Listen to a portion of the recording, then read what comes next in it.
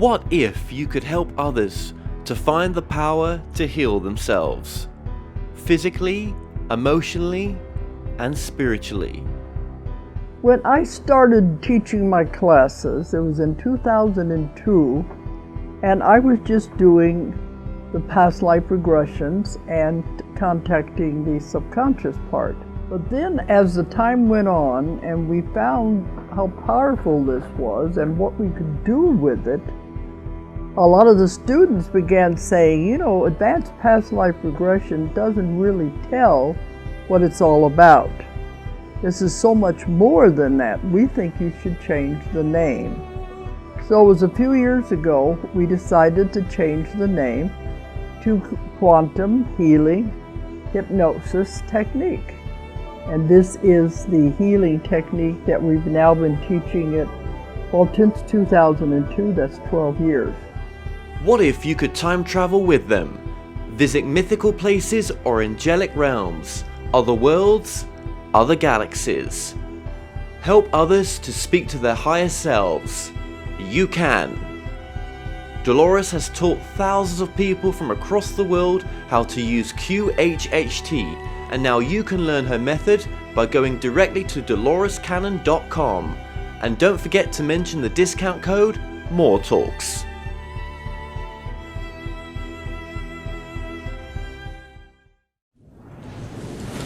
Okay, welcome everybody.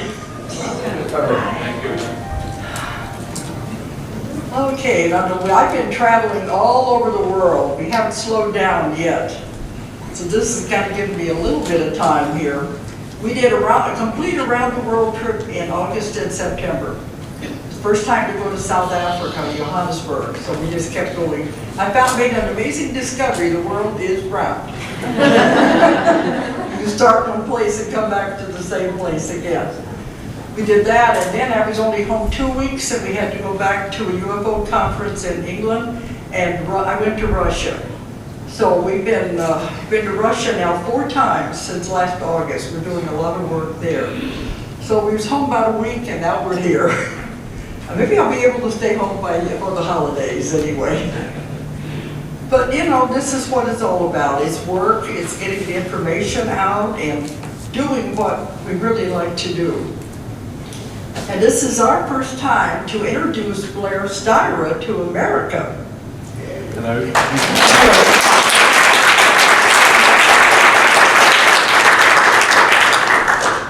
I met him, it's been 7 years ago in New Zealand.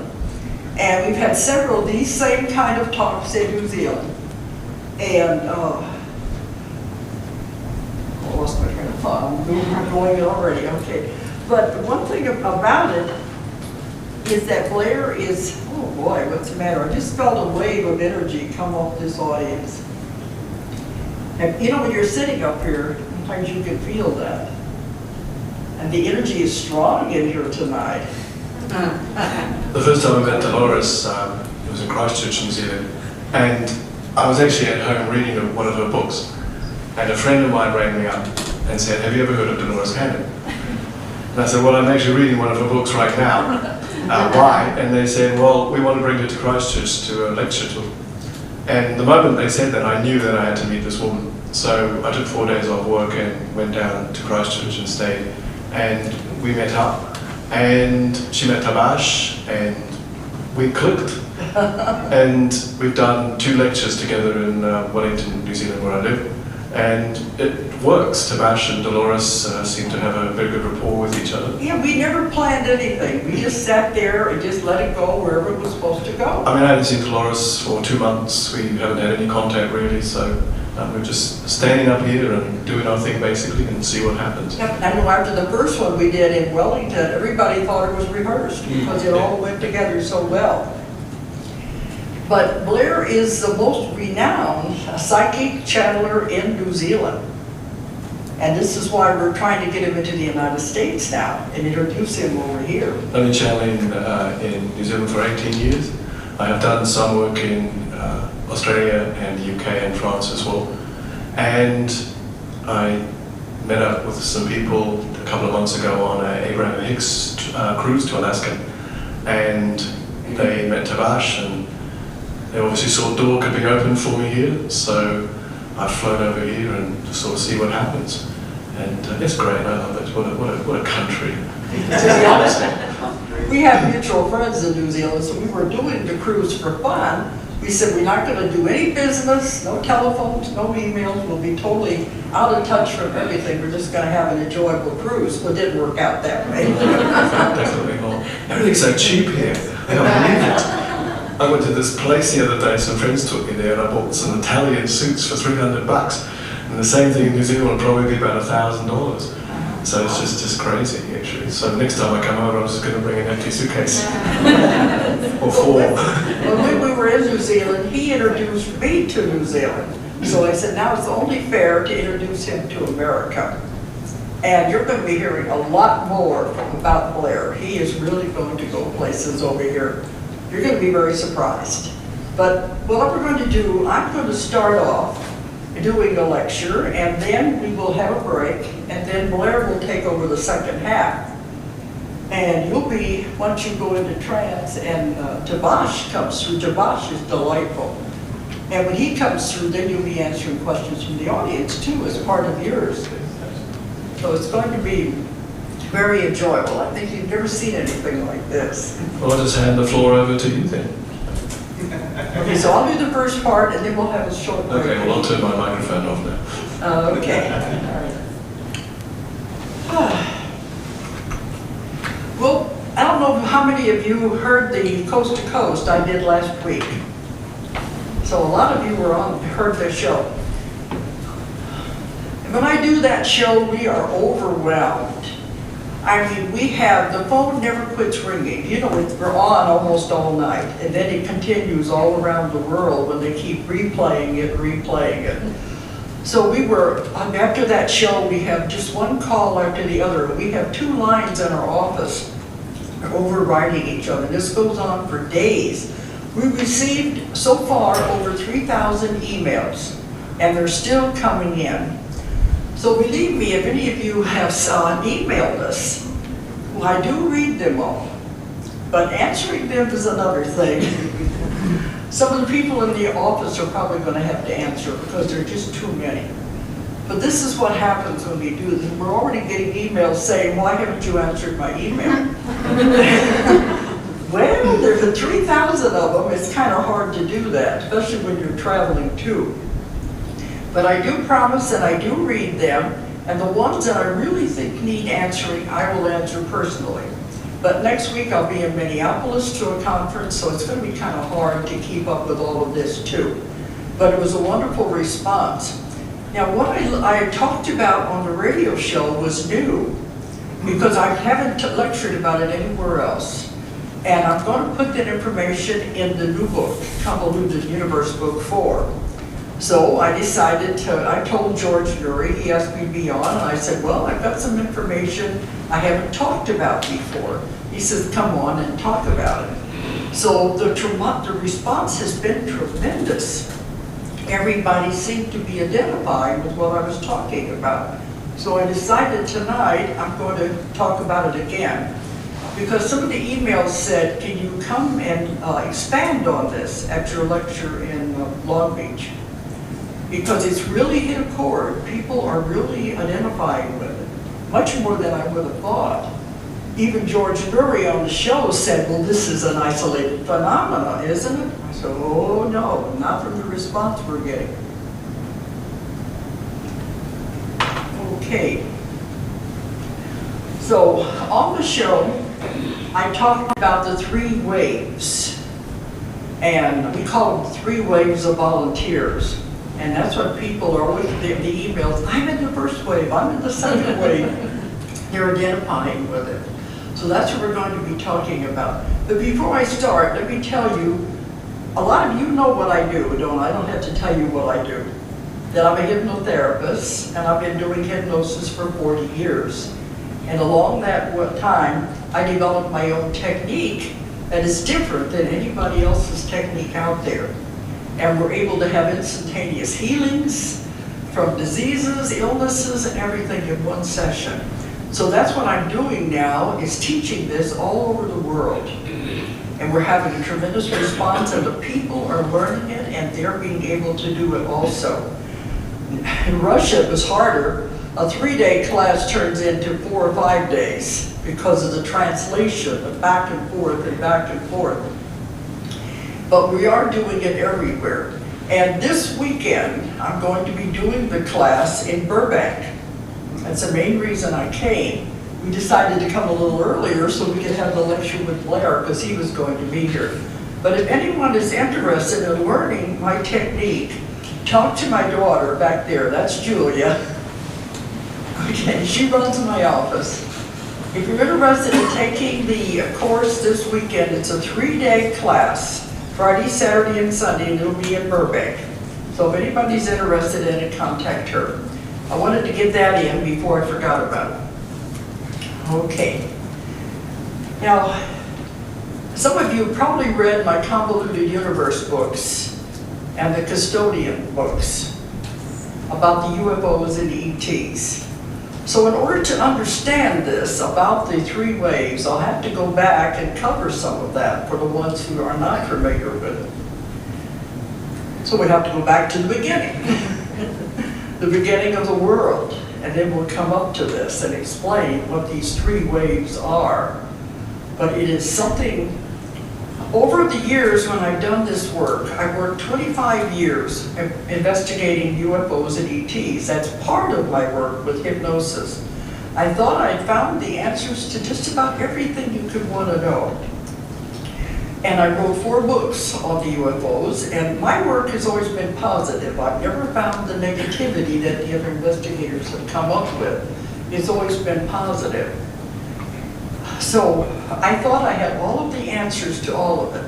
Then something happened this year. I began to get a certain kind of cases that to me offered the missing piece of the whole phenomena, and it has tied it all together. Now, when I began looking back at all the things I was writing in the Convoluted Universe, I could see bits and pieces of it, like a puzzle. And you see a piece here and a piece there. And I didn't tie them all together until this last year. Then suddenly it all fell together, and now it makes perfect sense. And that's why I call the 3 waves. And I've written about the 3 waves before, but I didn't put them into this context. So I think you're going to identify with it. Okay, but I'm not going to go too much into the beginning of Earth, but that is where it all began. Even on George Nuri, on the Coast to Coast, I told them this is going to be controversial, but they're used to controversy on that show, because a lot of people don't like what I say about how Earth was created and how the human race was created. It can be controversial. I think you're probably pretty open-minded. You read my books and you listened to the show.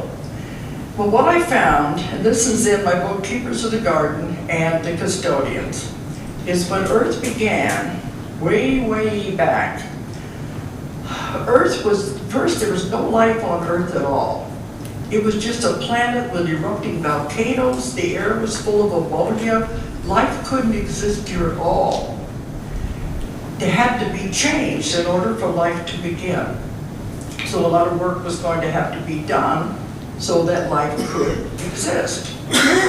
Now, all of this information that I have received comes from my work. I don't channel. Blair is the master of that. My work comes from dealing with thousands and thousands of people and the stories they tell me when they're under in trance, because I work at the deepest possible level with no interference with the conscious mind. Get the conscious mind out of the way, you can really get to what I call the truth, because it's not filtered out. So all these stories have come from the many people. And if you have hundreds of people saying the same thing, it has to be the truth, because they don't know what each other is saying. So to me, I put all the pieces together. Now they have said there are councils that make the rules and regulations. There are councils over the solar systems. There are councils over the galaxies. There are councils over the universes. That it's all a very ordered system. It's all rules and regulations that govern everything. And they go throughout the universes looking for planets that are suitable for life. And they said when a planet reaches the point that it can support life, that is a very momentous occasion in the history of that planet. And the planet is given its life charter. When it's given its life charter, then there are different groups of ETs that their assignment is to go and begin life on that planet. This is what's a little controversial to some people. So when Earth began, it was just erupting volcanoes, ammonia in the air. Earth couldn't form. Life couldn't form. So they had to come. And these are the ones that are called the archaic ones, or the olden ones, the ancient ones. They have been doing this since the beginning of time. They've done it because when they were formed, something else went to their planets and created them. And then whenever they became advanced enough, they began going out and seeding the different planets to get life started. So you've got to understand that. And believe me, it doesn't put God out of the picture at all. When people say, well, what about the Creator? He's very much in this whole picture. But it all began with these people going out and finding planets that had finally cooled down enough to where they could support life. Then they had to bring in single-celled organisms to start forming life. And they didn't care what kind of life began in the beginning. Start a single-celled organism, getting it to divide into a multi-celled organism until it would hold together, it would create something. Life had to begin in some kind of a form. They didn't care what it was as long as it was life. They said you would be very surprised at what you could have looked like. It all depends on the conditions in the primeval soup, in the atmosphere, and the different chemicals in the air, what will form. I asked them one time, where did the original cells come from? They said it doesn't matter. They travel throughout the universes collecting cells, and then they just put them together and see what will grow. But they said, you have no idea how fragile life is. They would go back and check on a planet. Imagine the eons of time all this would have happened, would have taken for to do all of this. They would go back and check on a planet that they had started planting seeds, planting cells, and it begun to clump together and form an organism. Then they would find it had fallen apart, and the planet was lifeless again. So they said, you have no idea how fragile life is and the work it takes to get it going. So down through time, they did this on Earth, and they began to form life. And after a while, it began to form plants, because you have to have plants before you can have any kind of animals. They formed the oceans. They did it all. I've had people in my sessions go back to when all of this was being done. They were there when the oceans were being formed. They were there when the air was being cleansed. All of you have done the same thing. The Earth is just a school. It's one of the schools you attend and you go to learn lessons. But it's not the only school you have been to. You have lived on other planets. You have lived in other dimensions. You have done many, many lives you can't even imagine. So all of this comes out when I'm doing the sessions with people. They go back to these times when they were experiencing these things. To me, that's so exciting to discover lost history. So as life began to develop, they kept coming back and monitoring it and keeping track of it. I've had many people go back to where they were the seeders. They were the ones who were doing the planting, if you want to use that term. And I've other ones who've gone back to when they were the recorders, to see what is a living and what is dying of the different forms of life they brought in. And most of the animals were brought from other planets to see what would grow here, what would live here. So it was a very involved project. So as it developed along, they had to develop an intelligent being. And this has happened on every planet. This is the way life is formed. I asked them one time, wouldn't life ever form by itself, just indigenously? They said it could, but it would be chaotic. It would not have a plan. It would not have a pattern. So they said it would have taken 1 million more years to produce an intelligent human being like you are if it had just happened by chance. It had to have a pattern. It had to have a plan to go along with. This is all very involved and they watch over all of this. That's why one of my books, I call it The Keepers of the Garden, because we are the garden. They're the ones that take care of us. The other book is called The Custodians, because they take care of us. They would not do anything to harm us because we are their children. But in order to create an intelligent human being, you had to take an animal that had a large enough brain that it could begin to learn things. Also an animal that had hands so that it could develop tools. So this is why they chose the monkey.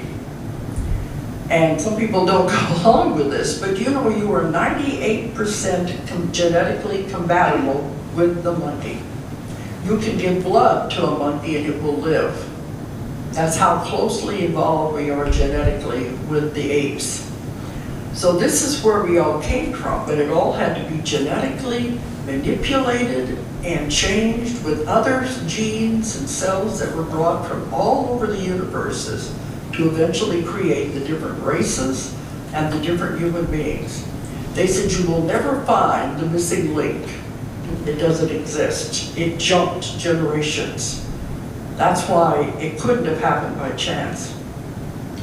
So over the time, whenever something was needed in the culture as it began to develop, they would come and live with the developing species and give them what they needed. Every culture in the world has the legend of the culture bringer. You know, the Indians have the corn woman who teaches them how to plant. There's always the legends of the ones who teach them about fire, how to develop agriculture. These are the culture bringers, and in all the legends of the world, they always come from the sky or from across the sea. It's always the same. These are the ones who lived among the people, teaching them the next thing that they needed as they went along. And these people could live as long as they wanted. So they're the ones that have come down with the legends of the gods and the goddesses, because they lived among the people. And when we're doing the sessions, they'll say, why did they say we were gods? We were just people. We just happened to live longer, and their job was to bring developments to people. It's still happening now, but because of there's so many people now, they can't live among us anymore.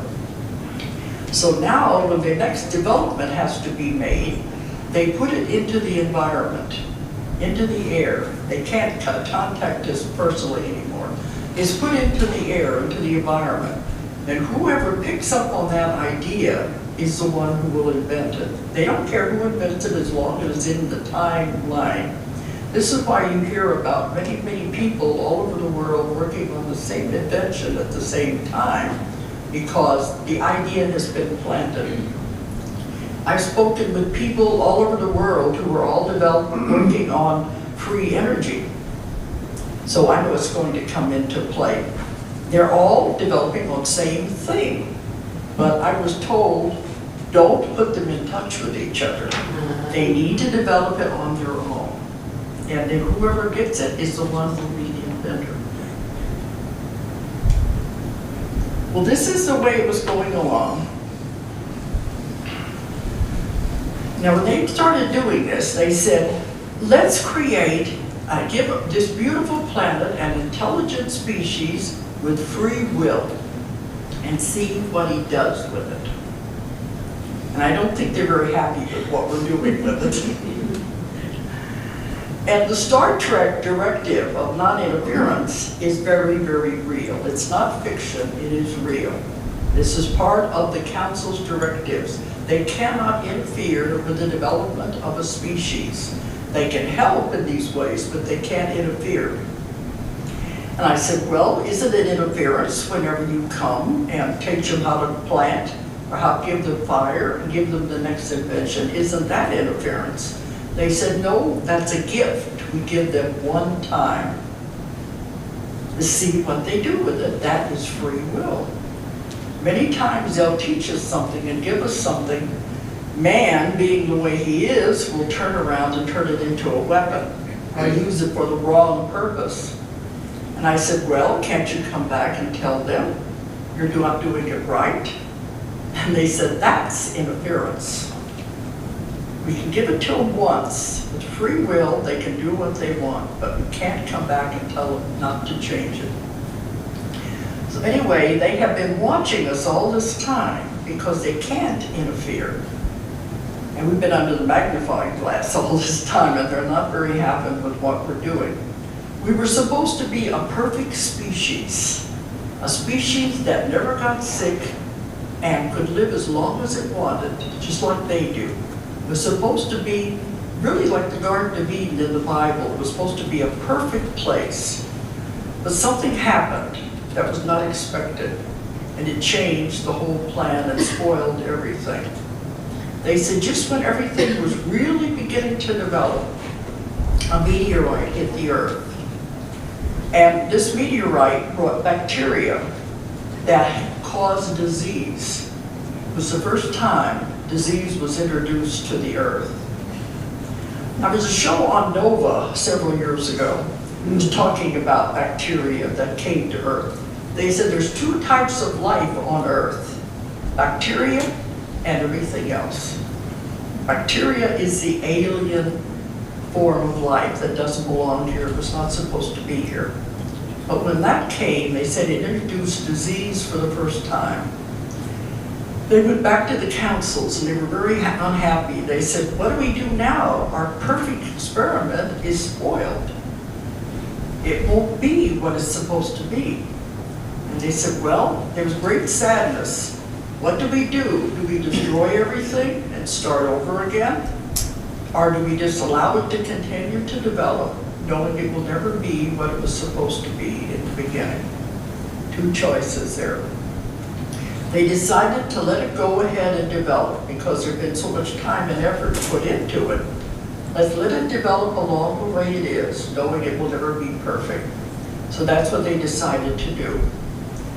So a lot of the UFO cases and things you've heard of, all they are doing is checking on us to see how we are developing. They said that they're very concerned with the increase in cancer.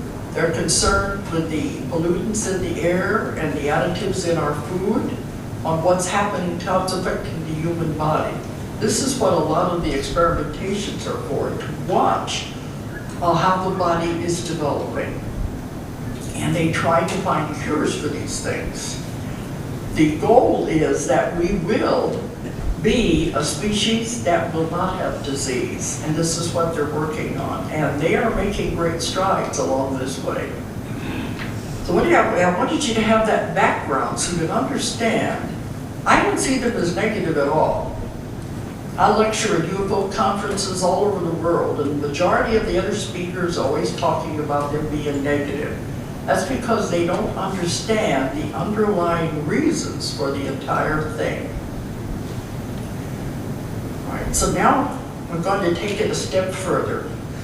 If you understand, they've been watching us and monitoring us, and you're not supposed to be given the next step, the next invention until it is time.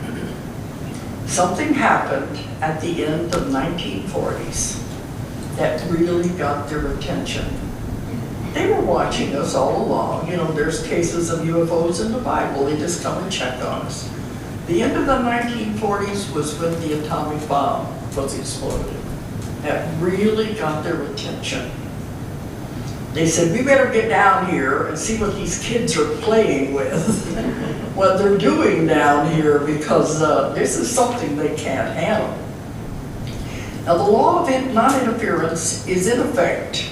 The only way they can interfere is if we ever got to the point where we were going to destroy the world. If we ever got to that point, we would have to be stopped.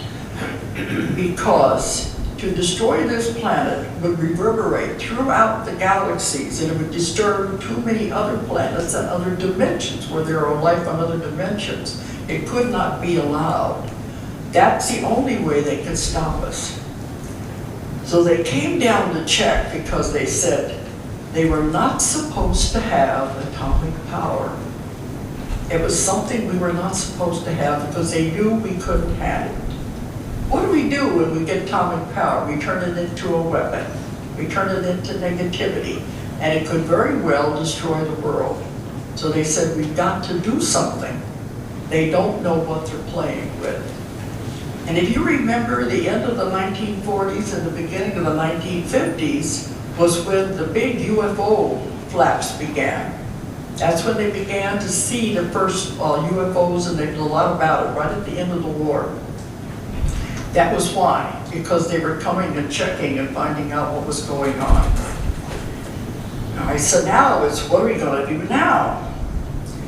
You can't just come and say, stop it, which would be good, but they're not allowed to interfere.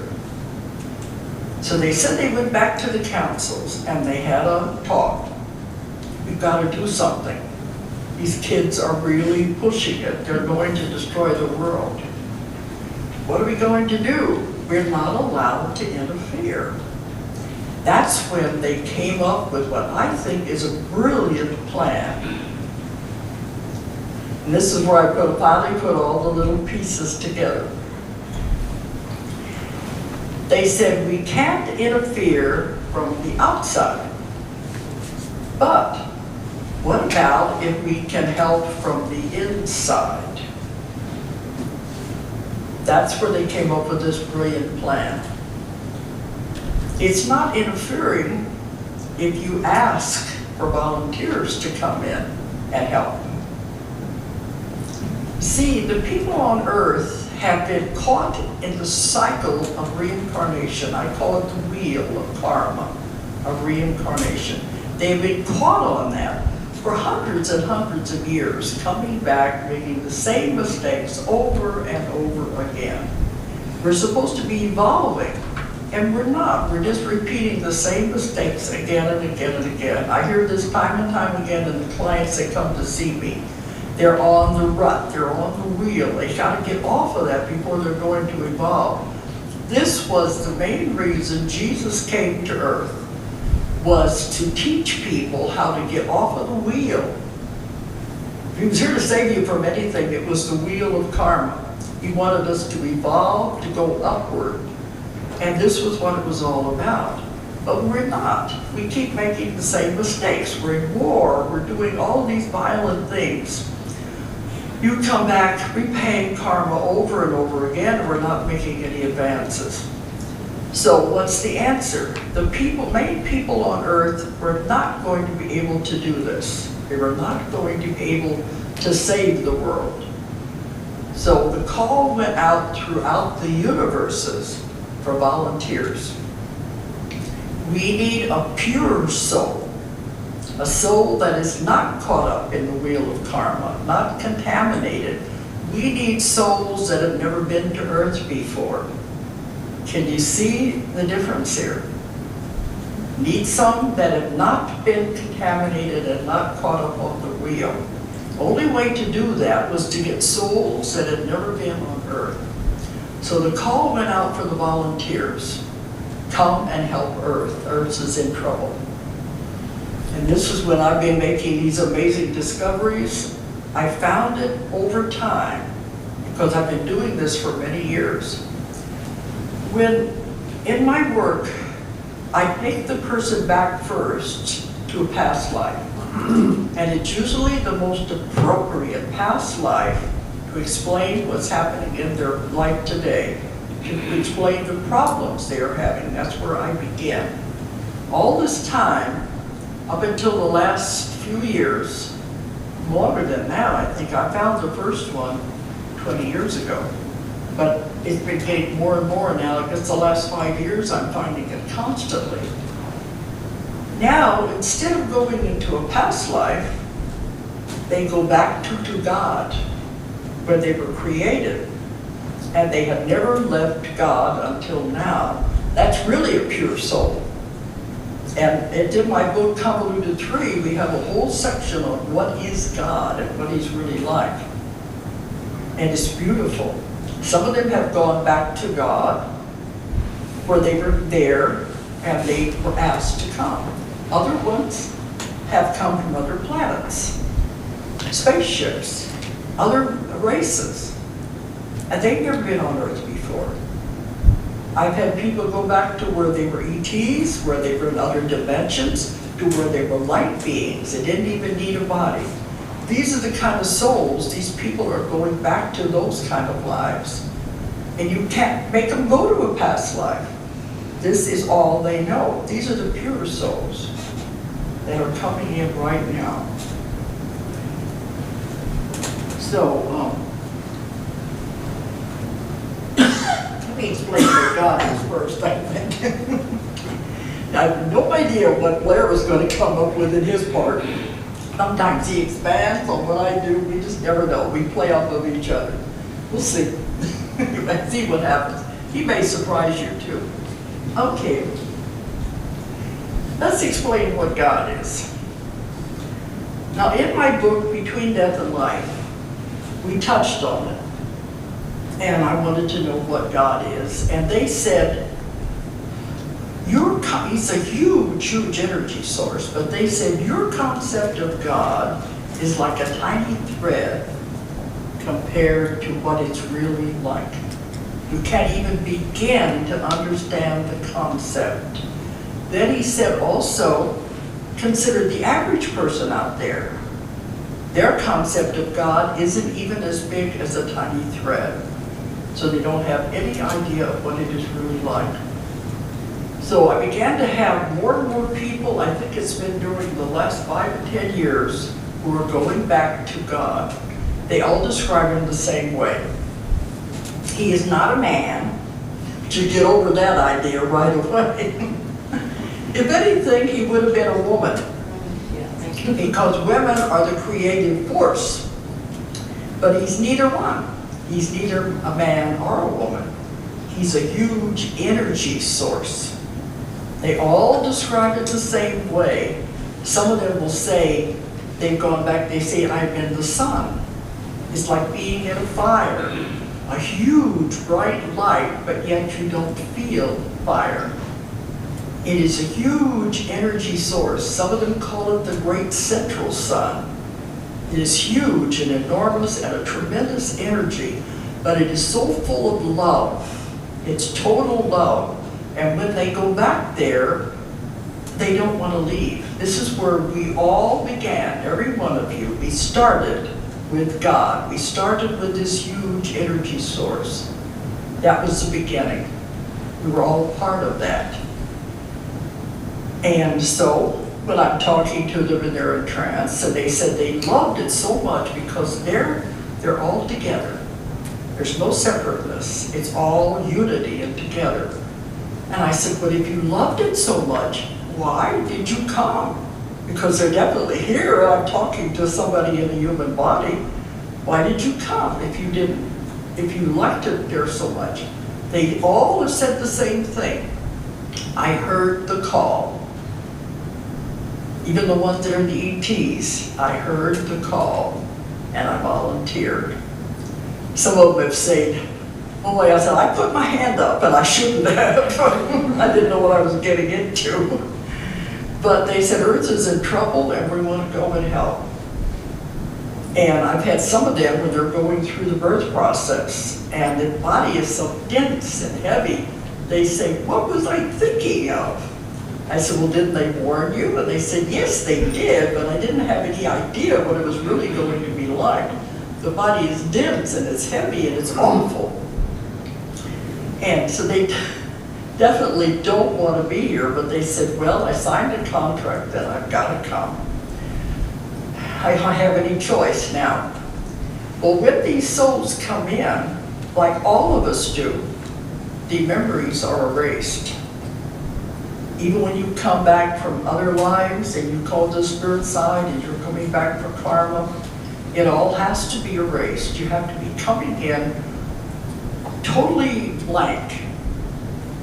And I asked them one time, wouldn't it be easier if we knew the answers, if we knew why we were here, if we knew our relationship with other people, wouldn't that make it easier? They said it wouldn't be a test if you knew the answers. This is a school. And it's a school you can't skip a grade, but you can have to take a grade over again. But these ones who are coming in, who are the new souls, the pure souls, the volunteers, they have, like, they did describe different ways, like a sheath, a coating, a covering has been put over them so they cannot accumulate karma. Because when I have them in trance, they'll say, I don't want to stay here. Do my job and then I'm out of here. I don't want to accumulate karma, because once you get karma, you have to come back and do it again. You don't get out of it. It must be repaid. But if you come in with no karma, and you're not going to make any karma, just do my job and let me go home. That's all they want to do. That's the difference. And when I was on the show the other night, and the callers that called in, and the ones that called, I have a weekly radio show, they started calling in the next night. We've heard story after story. And the emails are full of this. Everybody saying, I identify with this, I know it instinctively. I've had some of the emails saying they remember before they were born. And I have a few clients like that, but it's rare. They remember being on the other side. And this is not in trance state, this is conscious. They remember when they made the decision and when they came and said, what was I thinking of? And I raised my hand. So they definitely want to do what they have to do and get out of here. So this is what I found. I found the 3 waves of volunteers. Now you're all following me so far. Okay. The first wave would now be in their early 50s. You can identify, you're not quite that, but it's in that 40s, late 40s and early 50s. That's the first wave of volunteers. I found my first one, this would be over 20 years ago when I wrote The Keepers of the Garden. And I found the first one that was a soul that came from other planets. This was Phil in that book. And since then, I found many, many after that. And in the books, A Convoluted Universe, book 3, it talks about the first timers. So I'm finding more and more of these people I call the first timers. The first wave are about that age now, late 40s, early 50s. These people had a great deal of difficulty when they entered the world. This is what I hear time and time again. I don't want to be here. I want to go home. I don't like it here. I don't like the violence. I can't take the violence. This is not where I want to be. I don't understand these people. I want to go home. I don't know where home is, but I know it's not here. And they want to leave. They want to get out of here. This first group had a great deal of difficulty. Some of them even tried to commit suicide. And in the book Keepers of the Garden, he did. He didn't do it, but he attempted it. He had a good family, they have good jobs. There's no reason not to be happy. But they don't want to be here. And they try to commit suicide to get off the planet, to get out of here, which wouldn't solve anything. Because when you commit suicide, you got to come back and do it again anyway. But these people have a difficulty with emotions. They don't understand emotions. They don't know how to deal with it, especially other people's emotions. Anger, hate, jealousy, those kind of emotions frighten them. It's too much for them. They're very delicate, gentle people. That's why I don't want people to start thinking, oh, these are ETs. When I first started getting these, it was coming through, don't tell anyone who this person is because they'll be persecuted. People won't understand where they've come from. So you have to protect these people. Well, now I don't have to worry about it. They're coming, there's tens of thousands of them here now. But in the beginning it said people wouldn't understand. They might think they are ETs. They're just souls. You are not a body, you have a body. This is your body this time around. This is your suit of clothes, your costume you're wearing right now, so you can live this life. The real you is your soul, your spirit. When I've taken people back to what they really, really are, it's a tiny, tiny spark of light. That's your soul, that's your spirit. That's what goes from body to body to body. You just happen to be a human right now. But you've had other lives when you were ETs, you were all kinds of things. I hear music. I don't think it's coming from this room. You don't think so? Oh, just so it doesn't get too loud to break the train of thought anyway. Okay. So I'm trying to follow all of this. Okay. Sometimes it's like a distraction. All right, so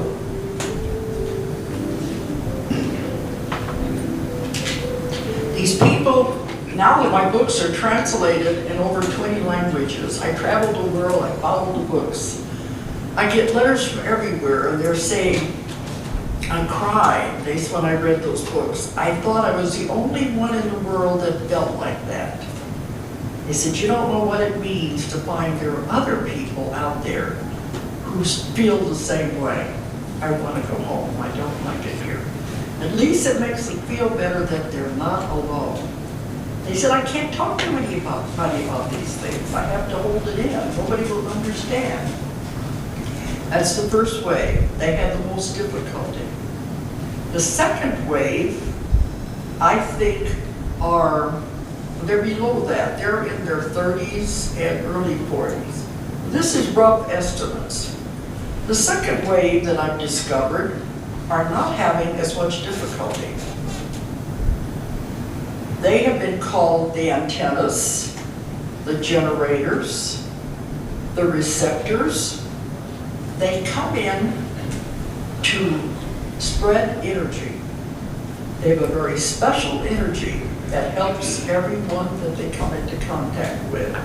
They don't have to do anything. They just have to be. They said they could walk through a mall or through a shopping center or through a door, and their energy will affect everyone that they meet. It's a positive, good energy, and they don't realize they're doing it. That's their job. That's what they're here for, is to spread the energy, to affect everybody that they come into contact with. And these are very gentle people. Some of the second wave work out of their homes because they don't like being around people, just like the first wave. And many of these first and second wave people don't marry. They don't want children. They said children create karma. And I don't want to create karma. I want to do my job and get out of here. Some of the emails I received, they said, why do children create karma? I don't understand. Well, you know, if you have families, you interact. There's no way you cannot create karma by interacting with other people, even in your daily life. So they don't want children because they don't want to be stuck here. I have had some clients who had children. It was very, very difficult because later when I got my work, they'll say they were not supposed to have children. This is a very special person because their bodies are not made to have children because they don't want to be here. This is, I keep all these thoughts coming in. I'm going to try to make sure I get them all out. If I don't, maybe I'll get some with the questions. I'm going to let you ask some questions a little bit here too. But I asked them one time, why did the first wave have such difficulty? Why did they have so much problems adjusting? Why was it so hard on them? They said because they were the way showers. They were the pioneers.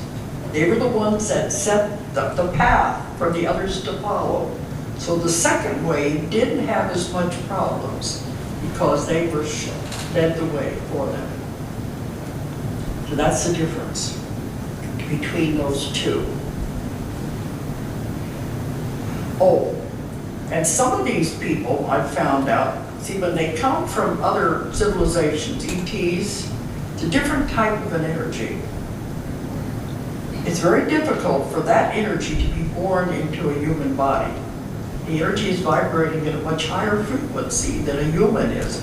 Humans are dense. This planet is dense and heavy. It's very slow vibrations. But in order for them to enter into a human body, enter into a baby, the energy had to be, what you want to call honed, it had to be worked with so that they could exist in a human body. Many of these, when they started out, the mother would have a miscarriage because the energy was so strong, the mother's body couldn't handle it and the baby wouldn't live. So, if you may, I've had people email me since I said that on the radio too. There was a baby just before me that was born dead. They said sometimes it doesn't work and the baby won't survive. So the energy has to be adjusted some more so that it will be able to match the mother's energy. Sometimes only a part of the energy of the soul can come in at birth. And then later, after a few years later, more of that energy comes in. Because it's too much for the mother and too much for the baby. And a lot of people are identifying with this. I'm amazed at the response I received, because I thought it was really wasn't that many people. But I'm finding this all over the world. That's when George Nuri was surprised. They hosted the radio show. He thought it was localized. I said, no, I run into these cases all over the world. So it's widespread. So this is another reason why the energy is so different. These people, and they said Earth is a complicated planet. They respect anyone who comes to Earth. They said you have to be very brave to come here, to come into Earth. It's not a good place to be. You come to Earth to learn emotions and limitations. Everybody does. So can you imagine the problems with these new people? They have nothing to back this up at all. They're having lots of problems. Some of the clients I see are on antidepressants. And once you explain this to them, it makes such a difference. They say, okay, now I understand why I'm here. I understand why I feel so different. These are the first two waves. The third wave is the new children.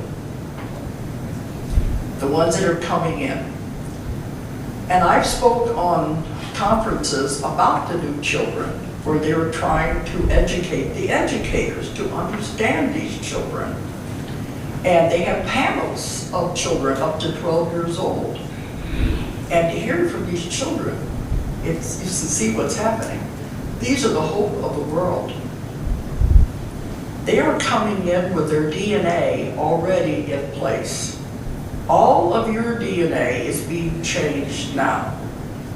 If you can't handle it, you'll be out of here. You can't handle the vibrations, you'll be out of here. Because the body has to be able to exist right now. Our DNA is being changed so we won't get sick, so we won't age. And this is all about going into the new earth. It all has to be done. The new children are coming in with the DNA already in place. They're ready to go. But most people don't understand them. Especially the schools don't understand them. I saw a documentary about some of these new children. Some of them are only 9 and 10 years old, have already graduated from college, and they're forming their own companies and organizations. The amazing thing I found with these children, the organizations they're founding have to do with helping the children of the world. This is a new wave of children. And these kids, whenever they were on the panel and they were talking about what they perceive, they said, the reason they act up at school is because they're bored. They said, we already know this stuff. The teacher asks them for the answer for a problem. they tell them the answer to the problem. And the teacher says, how did you find that answer? He said, I know it. They won't accept that. They just know these things. And they said, and one of the kids said, they make us go over the same thing again and again and again, and I got it the first time. They're bored. So I asked them is the ones that give me all this information. I said, what is the answer? Especially to give to the teacher. They said, give them challenges. You can separate them from the other kids. Give them challenges. Give them something different to do. Even if you just give them something to tear apart and put back together again, you're giving them something to do. This will separate them, and it will encourage the mind to be developed. You definitely don't put them on Ritalin. You don't put them on drugs. Some of the callers that have called in since we got home and the emails said their minds were messed up with the Ritalin because of what was done to them. They definitely don't need that. There's nothing wrong with them. They are gifted. They are more highly advanced.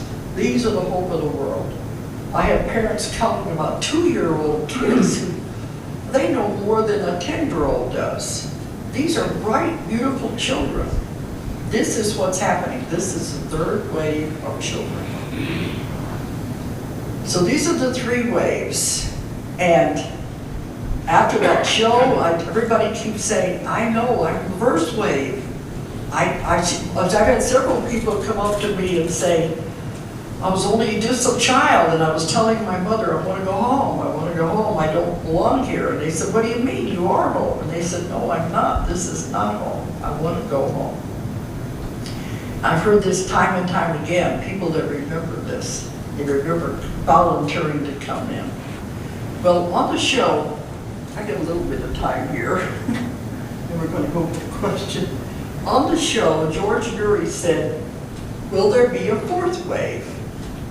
I said, no, I don't think so, because we're going into something extremely beautiful. We won't need a 4th wave. And before I forget, some of the emails that are coming in, some of them are older than 50, in the 50s. Some of them are about 60, and they said, I think I am one. But they don't fit in with that age group right around the end of the war. So I'm beginning to think there may have been some that were coming in and being just isolated ones who may be these people before the big wave hit right at the time after the war. And George Nury said something I hadn't thought about. I said, the first wave? He said, the baby boomers. Remember, right after the war, we had this huge increase in population.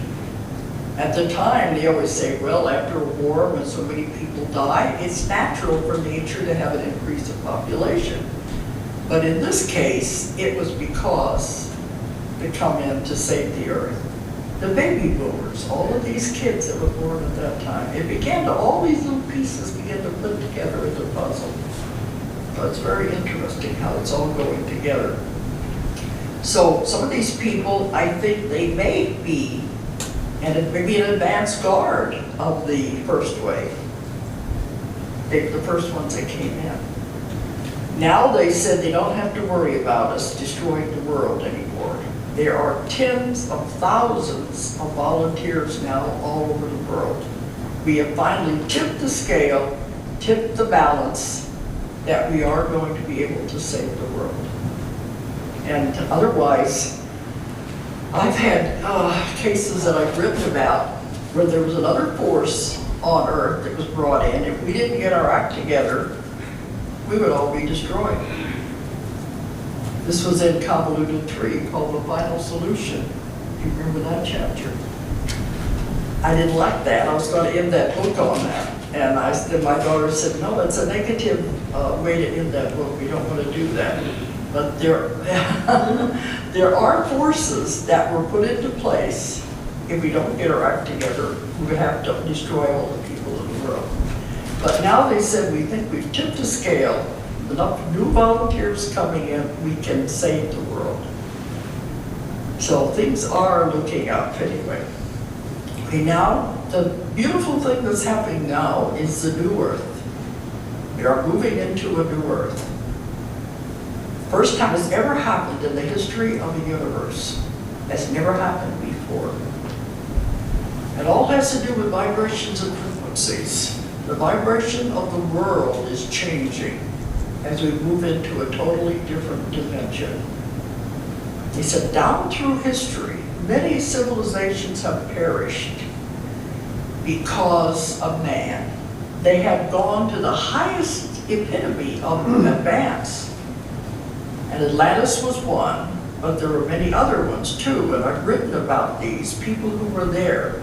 They had such tremendous advances. They could do anything with their minds. They had psychic abilities. So what happened? It's always the men, I'm sorry to say, guys. Women don't seem to want the power like the men do. But the men of those times wanted more. They wanted to experiment, and they wanted power, and they wanted greed.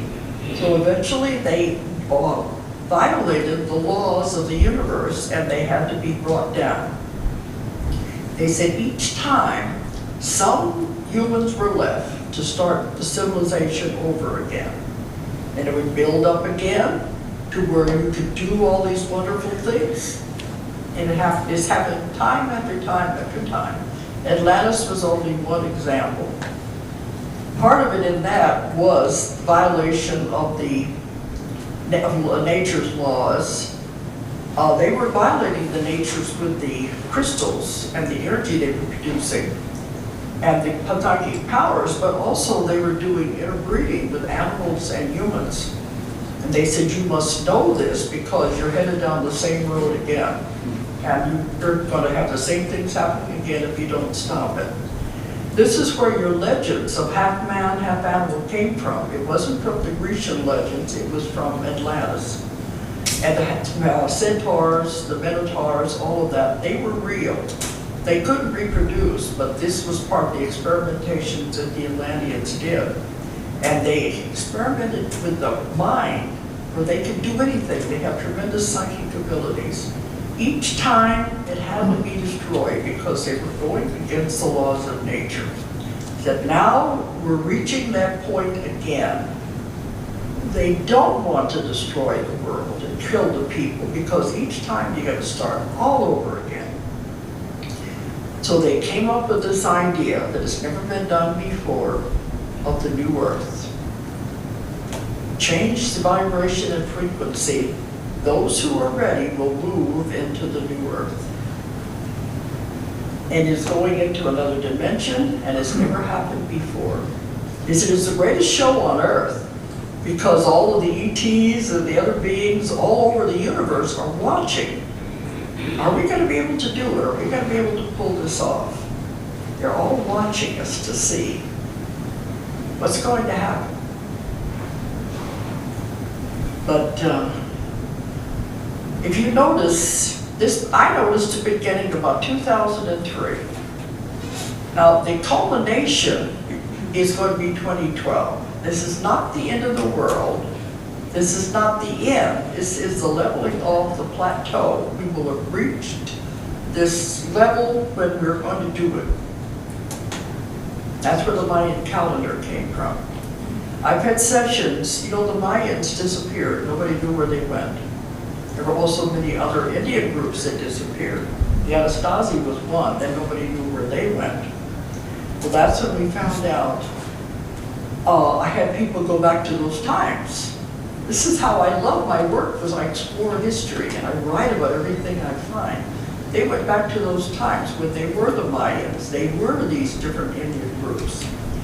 They developed themselves to such a point that they were ready to evolve. So they took their entire civilization and evolved into the new dimension. So for the Mayans, they saw the next great advancement was going to be when the entire world was going to shift and go into the new earth. That's why they saw it at 2012. So it's not the end of the world, it is when the entire world will move into a new dimension. So that is what is happening right now. Now, not everyone's going to go. Just like it says in the Bible. The book of Revelation is very real. It talks about the new heaven and the new earth. Not everyone can go. Your vibration has to match the earth. They said the earth is going to do it because the earth is evolving like everything else. It's a living being. They don't care if it takes people with it or not. It's going to evolve. But if we want to go with it, our vibrations and frequencies have to change to match it, to go with it. So, since about 2003 is when I began to notice it, our vibrations and frequencies are changing. You know, time is speeding up. Well, we are moving into this. Your body can't change the frequency and vibration immediately. It would be too strong. It would destroy the body. It has to be done in stages. So you will change the vibrations and it will level out. Be about one level for a while, and then it will change it again and step up another level. Many people are noticing physical effects. And usually you may notice these. They go to the doctor. The doctor can't find anything wrong with them. Because there's not anything wrong with them. It's just the energy adjustment and adapting to the different energy levels. If you understand this, you'll know what's happening to your body and you can work with it. Some of the physical effects that people are noticing, high blood pressure,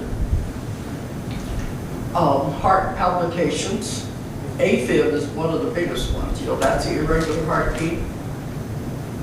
The dizziness, depression, joint aches and pains. Is that all of them?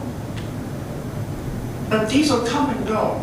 And they go to the doctor can't find anything wrong. Of course, the doctor's going to put you on a pill or something. But it's because you're adapting. Now, if you know what's happening, you can say, okay, the energy just jumped another notch. And I have to adapt to that energy. After a few days, it'll settle down and go away. Then it'll jump again. It may take a couple of months, but it'll do it again. You'll be affected in a different way. So be aware of what's happening and don't think it's something negative. The body is adapting so it can move on. How many of you are noticing your diets are being affected? Diets are changing. In order to go, you've got to be lighter. You got to get away from heavy foods. So they said you have to stop steaks and heavy meat, especially beef and pork. You've got to get away from that. They said many times the ideal food is live foods. This means fresh fruits and vegetables. You can eat some meat. They said some chicken and fish is okay, but not the heavy stuff. Because the body is going to eventually get lighter to where it's not even going to need food once you cross over into the new earth. And as you begin to notice your diets changing, eventually you're going to go to all the liquid diets. And I've had people email me and they said, I was shocked when I heard that because all I want is smoothies now. You know, vegetable smoothies and drinks. They'll be shifting to the liquids as we move into this. Now when you first cross over, when the new earth is formed, you will take your physical body with you. But then when you get there, eventually over time it'll turn into a light body. Just the way these other beings are. But you've got the old earth and the new earth. Some people are not going to go because you can't go unless your energy matches. If it doesn't match, you're going to stay with the old earth. That's where the negativity is. That's where the tsunamis, the earthquakes, the terrible storms, the wars. This is in the negativity of the old earth. Those people are going to stay there that's their vibration and frequency. I was told they will stay with what they created. It's not going to make any difference. You can't make anyone go. It all has to do with vibrations. If vibration is ready, you're going to move. They said, don't worry about these people. Eventually they're all going to get there anyway. It's all a process. It all has to do with you're ready. They said, don't worry about the ones that are very negative because you're not going to get through to them. Don't worry about the ones who are into metaphysics and knowing these things because they already know about it. It's the ones in the middle that have to understand what's happening.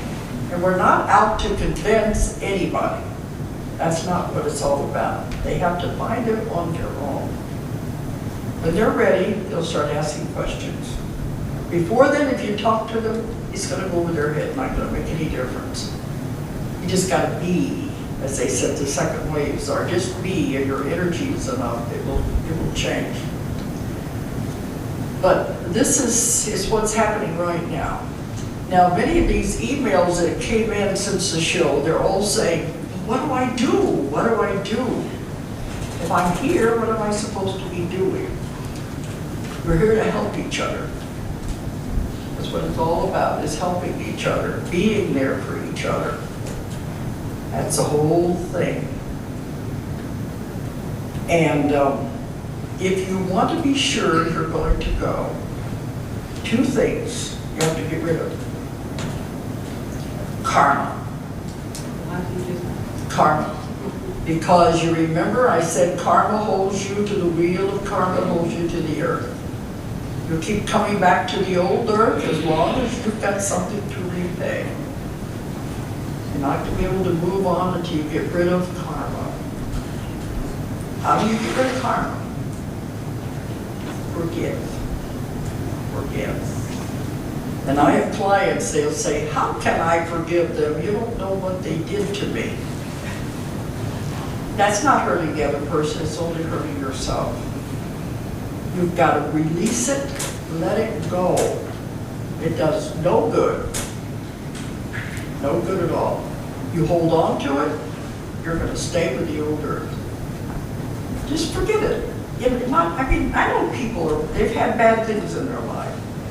It's not helping anything. Release it, let it go. This is what causes a lot of illness that I encounter in my work. Release it, let it go. Then you know you're going to move on. And you're free of anything that's going to hold you on the wheel of karma. The second thing you have to get rid of is fear. It's the strongest emotion a human has. When you don't understand something, you're going to be afraid of it. Fear is very strong. It's paralyzing. They said you've got to get rid of fear. Think for yourself. Don't buy into all of this junk you hear. People trying to make you afraid. You have so much stuff going on right now. Look at the swine flu for one example. Everything is, they're trying to make you afraid. Think for yourself. Once you start doing that, you can release fear. And you'd be surprised how really good it feels. Those two things you've got to let go of before you're going to be able to move into the new earth. Now there's a lot of questions about the new earth, and I've covered it in convoluted 2 and convoluted 3, and I'm still getting more information. I keep asking questions, and they said, we can't answer all your questions because we don't know. It's never happened before in the history of the universe. We don't know what's really going to happen. We don't know if you're going to be able to do it or not. I got one more example, and then I think we just got about 15 minutes for questions, and we'll have a break. But, you know, Annie Kirkwood, she wrote Mary's Message to the World. She's not lecturing anymore, but we were at a conference and we were on a panel. And she gave a vision that she had seen about the new earth. And she said, if you can imagine, she said, I saw the earth like a ball. Then I saw the earth begin to pull apart, like a cell does when it divides. It began to pull apart and snapped into 2 earths, just like a cell does. Over here on this one, she heard them say, we did it, we did it, we did it. Over here, she heard them say, poor thing, she died believing all that. But see, the one group is not going to even be aware anything has even happened. And this is what it says in the book of Revelation in the Bible. We won't know when it happens. So you've got to make up your own minds what to do. But it's coming, and we're all going to be going with it, and it's getting stronger and stronger as all this happening. And the 3 waves are here to help us move into all of this. So I think, I know there's a lot more questions, but that's about as good as I can do it with this amount of time.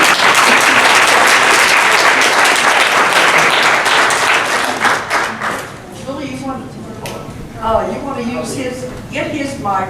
We'll have time for some questions and then we'll have a break because we got a lot more coming. Okay. Yeah.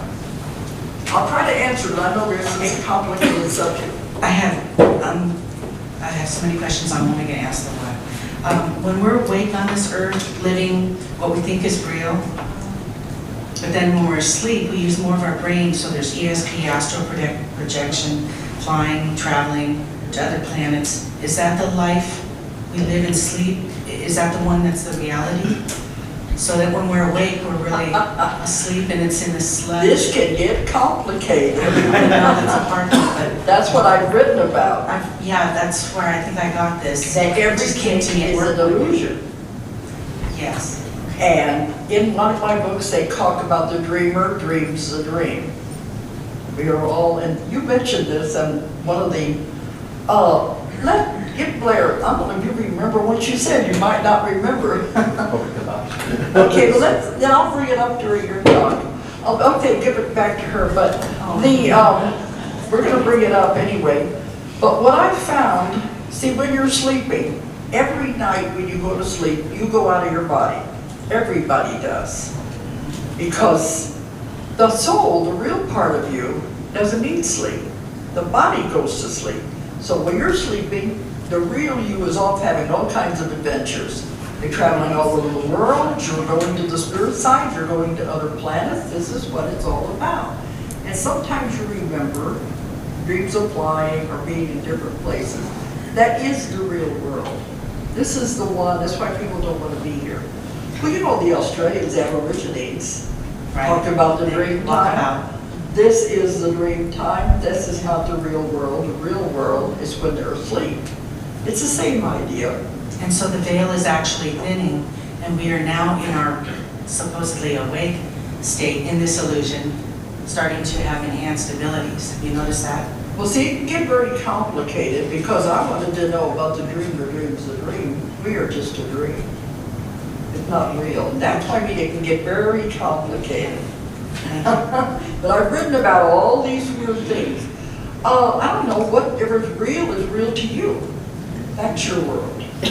Well, It may not be other people's world, but it's your world. animal communication and ESP and some of these abilities, all of a sudden Sorry. The ESP and the psychic abilities are It's- what? But it's that's only like normal. the last 2 years. But that's the reawakening. That's what they said. We've got to that point where this is all coming back.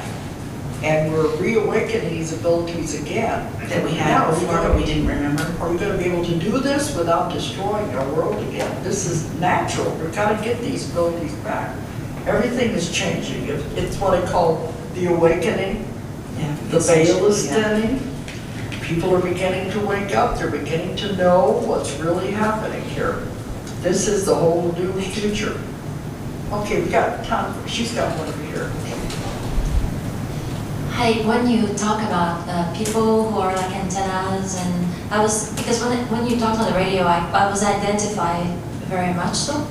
And when you talked about people who say, I want to go home, I remember, from the time I was little, I was saying that to my mother. So much she used to tell me all the time, I'm going to kick you out of the house, go away, you want to go away, go away.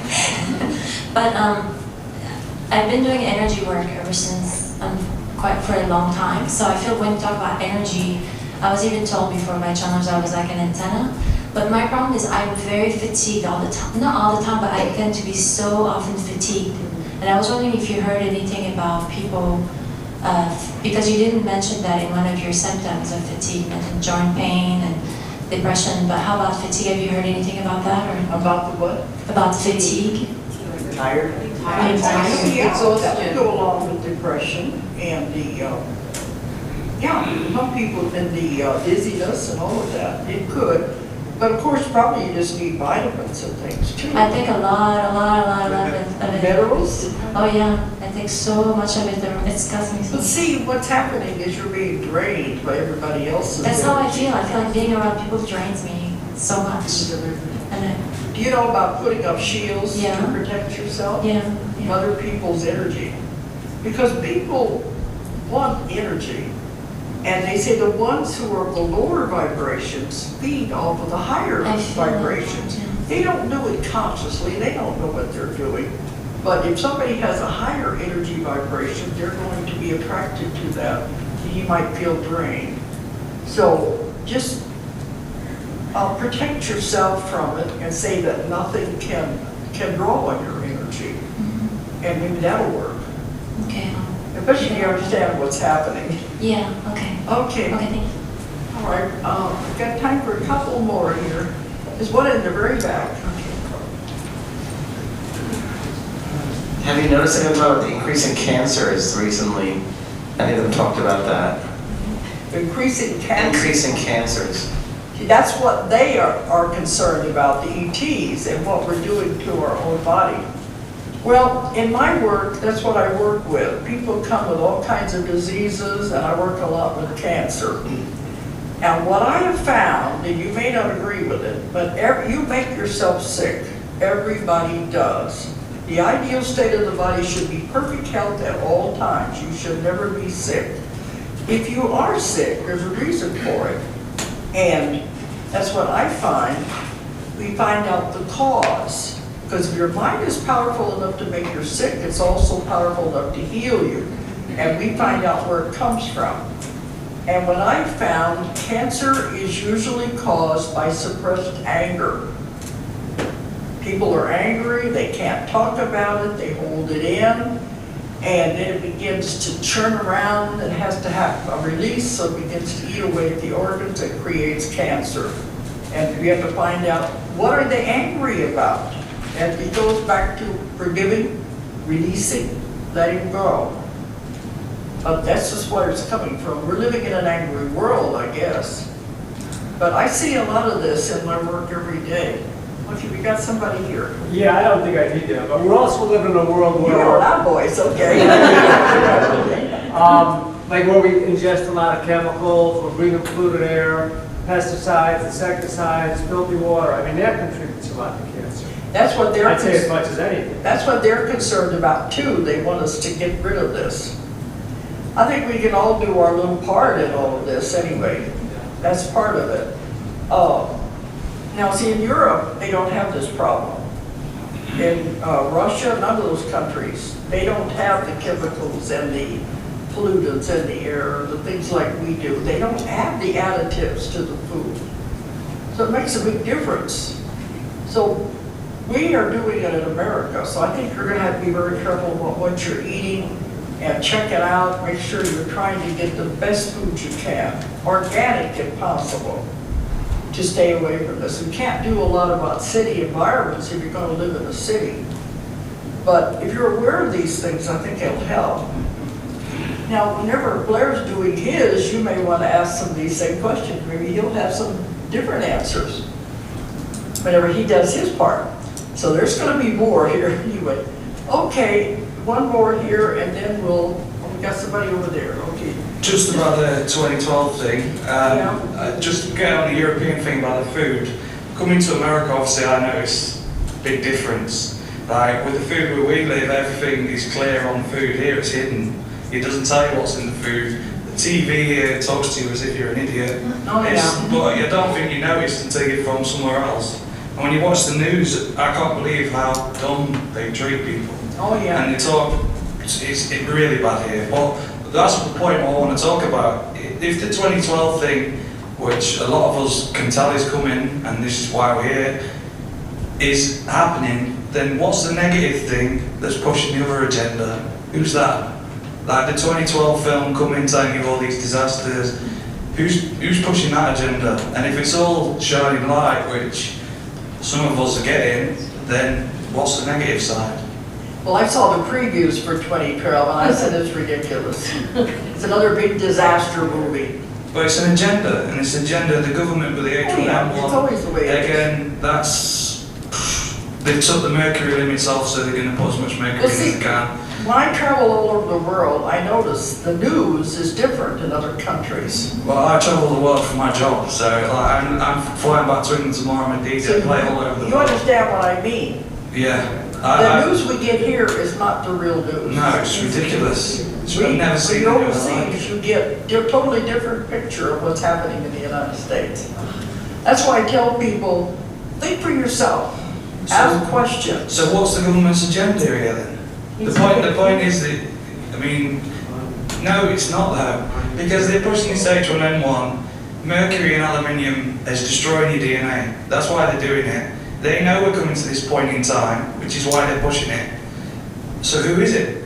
Who is that? Government, you know it is. Yeah, but who's behind them? It's not them. Because this is a soul game. And we're getting to that point where they're trying to mess with us because they know that this split is coming. Let me tell you something that I mentioned on the radio. My daughter found this in a book she's reading, and I'm going to explore it. I'm going to do some research into it. Julie, give her the microphone. What was it that they had found out? I'm trying to remember. Maybe you fill me in.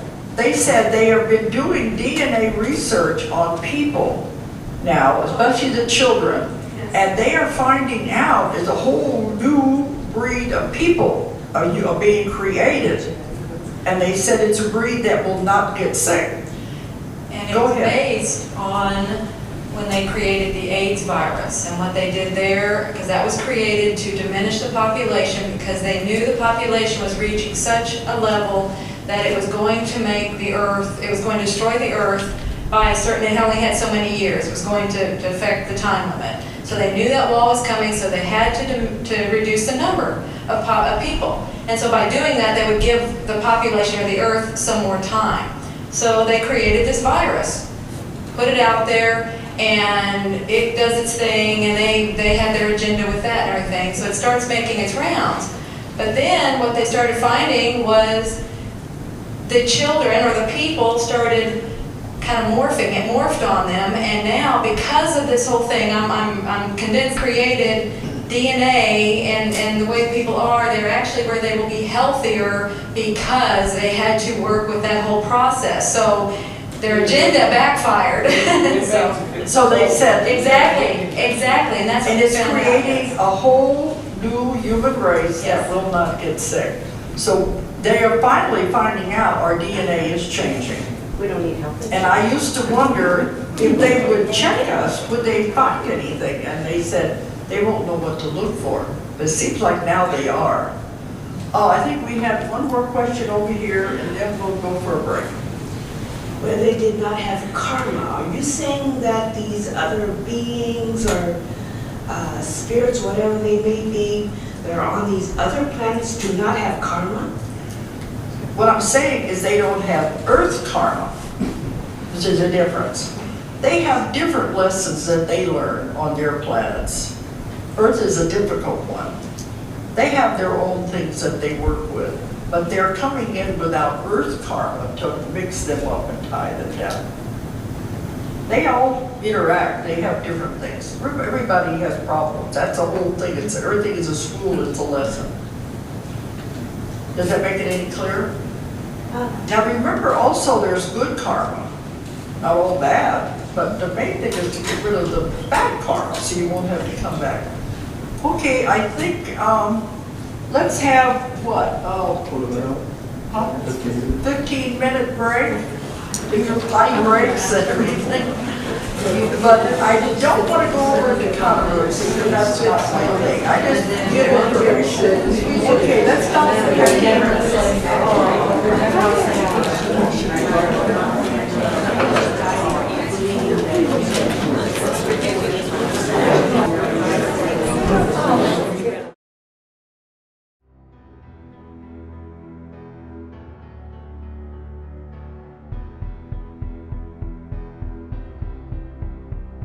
What if you could help others to find the power to heal themselves? Physically, emotionally, and spiritually. When I started teaching my classes, it was in 2002, and I was just doing the past life regressions and contacting the subconscious part.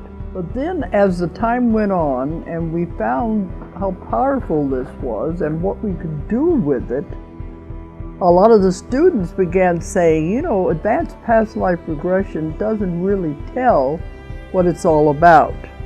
This is so much more than that. We think you should change the name. So it was a few years ago we decided to change the name to Quantum Healing Hypnosis Technique.